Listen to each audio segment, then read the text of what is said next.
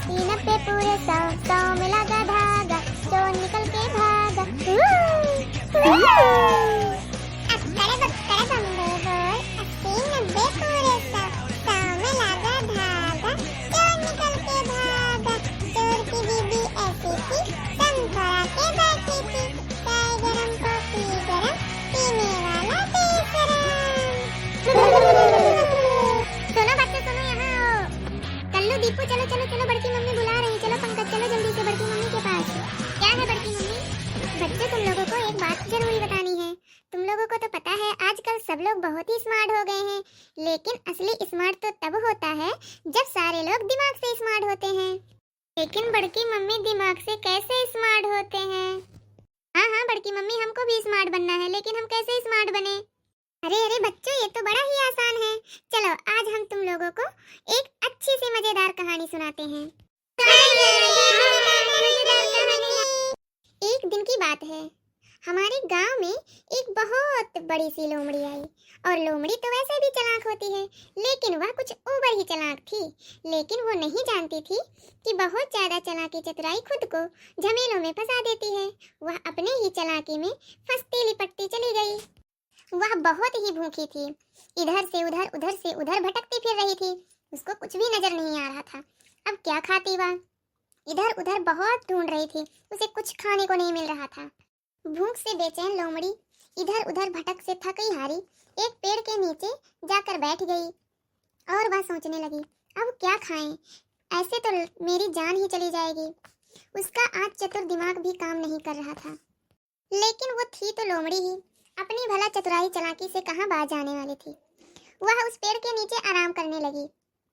तभी उस पर बैठा एक कौवा के ऊपर उसकी नजर पड़ी और वह कौवा रोटी का टुकड़ा अपने मुंह में ले रखा था। वह देखते ही उसके मुंह में पानी आने लगा। अब वह सोचने लगी कि कौवे के मुंह में जो रोटी है उसको मैं कैसे हासिल करूं। अपनी चालाक दिमाग इधर उधर चलाने लगी, ऐसे जैसे कि बीरबल की खिचड़ी पकती है।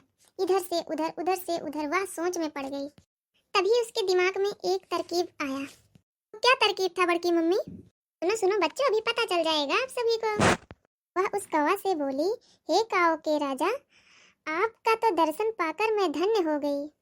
आपको भगवान इतनी मीठी आवाज, इतनी सुरीली आवाज दी है जो कि संसार में किसी को भी नहीं दी है। यदि मैं आपके गीत या आवाज सुन सकूं तो मैं तो धन्य ही हो जाऊंगी। मैं तो आपके दर्शन मात्र से ही तृप्त हो गई। क्या मैं आपके गीत या आवाज सुन सकती हूँ? यह मेरा सौभाग्य होगा।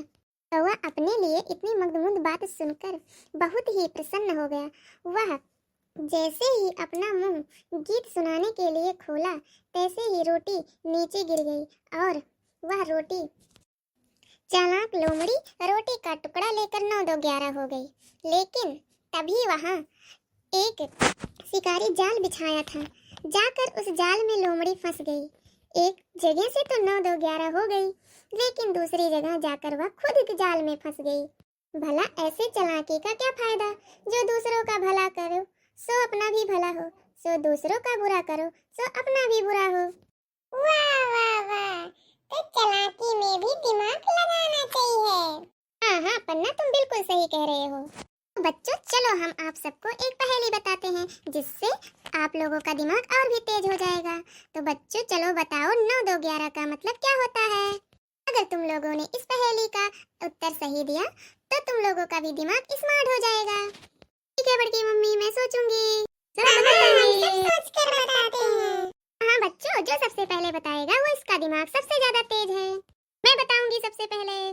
9-2-11 का मतलब होता है पुलिस को देखकर चोर भाग जाना, 9-2-11 हो जाना। चलो सब लोग काजल के लिए ताली बजाओ। काजल ने सबसे सही और सबसे जल्दी जवाब दिया। तो बच्चों याद रखना, मोबाइल फोन और स्मार्टफोन से ज्यादा जरूरी है अपने दिमाग का इस्तेमाल करना। तो चलो बच्चों, अब अगली बार फिर मिलेंगे हम एक नई कहानी के साथ और नए खेल के साथ।